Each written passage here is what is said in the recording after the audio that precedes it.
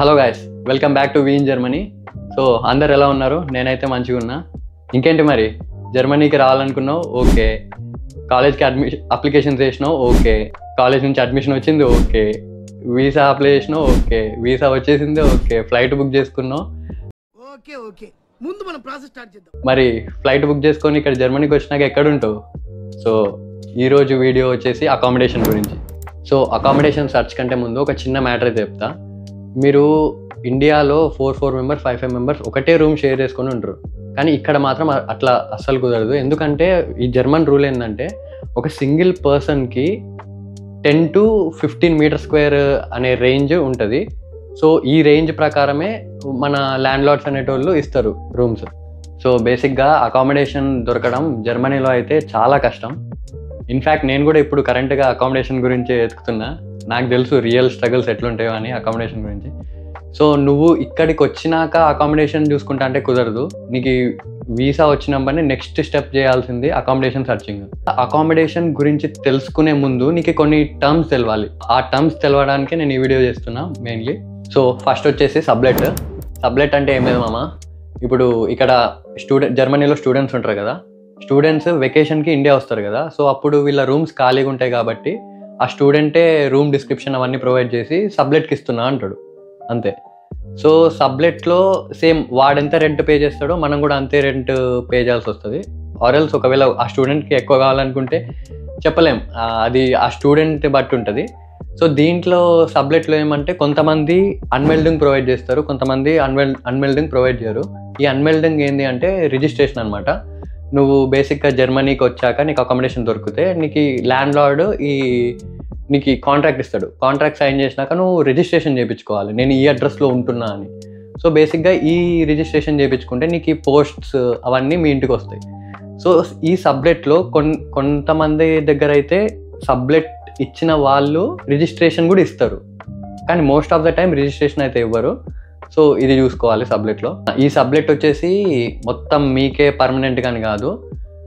ఆ స్టూడెంట్స్ వెళ్ళిపోయింటారు కదా, సో వాళ్ళు రిటర్న్ అయ్యే వరకు మీకు ఆ టైం పీరియడ్ వరకు ఒక 1 month or 2 months 3 months based on that స్టూడెంట్ని బట్టి ఉంటుంది. సో సబ్లెట్ వచ్చేసి టెంపరరీ స్టే మాత్రమే, ఇదైతే మీకు పర్మనెంట్గా అయితే ఉండదు.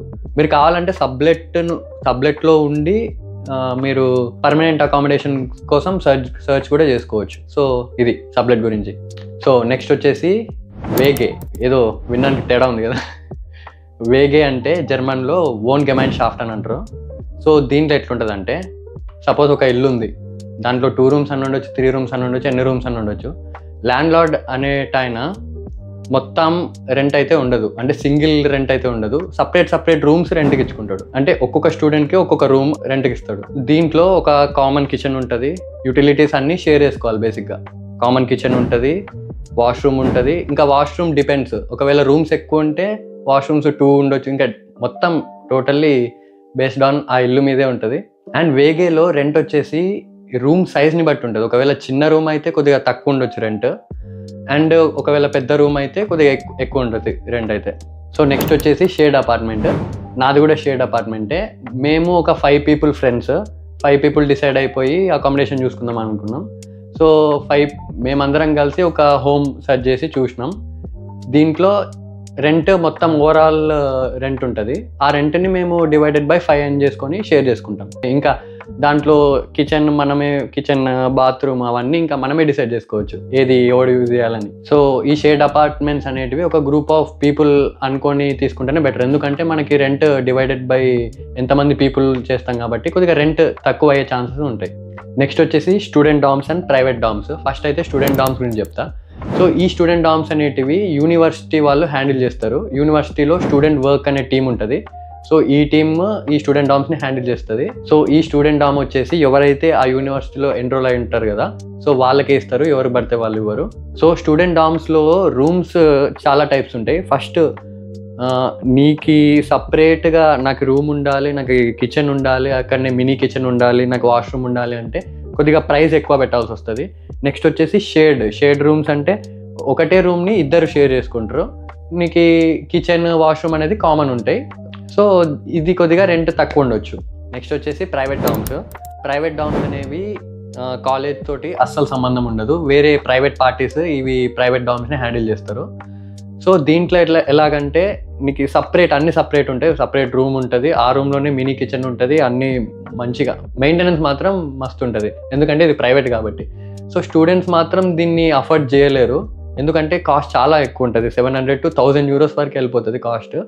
సో ఎవరైనా ఎంప్లాయీస్ ఉంటే వాళ్ళకైతే యూజ్ అవుతుంది. సో నెక్స్ట్ వచ్చేసి పేయింగ్ గెస్ట్. పేయింగ్ గెస్ట్ అంటే ఏం లేదు, ఒక ఫ్యామిలీ హోమ్లో ఒక రూమ్ ఖాళీగా ఉంది, వాళ్ళు ఈ రూమ్ అసలు మేము యూజ్ చేసుకోవట్లేదు, వేరే వాళ్ళకి రెంట్ ఇవ్వాలి అని అనుకుంటే, సో వాళ్ళు డిస్క్రిప్షన్లో మెన్షన్ చేస్తారు ఇవన్నీ ప్రొవైడ్ చేస్తున్నామని. సో మీకు ఆప్ట్ అయితే వాళ్ళకు ఇద్దామనుకుంటే ఇచ్చేస్తారు రూమ్.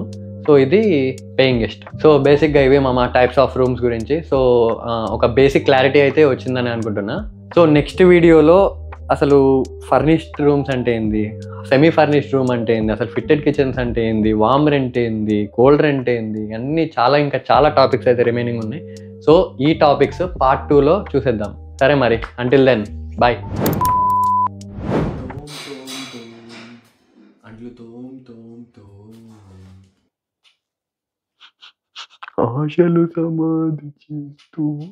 కాలేజ్లో రూమ్స్ కాదు, కాలేజ్లో ఎందుకు రూమ్స్ ఉంటాయి? ఒకవేళ ఎక్కువ రెంట్లో చూసుకో.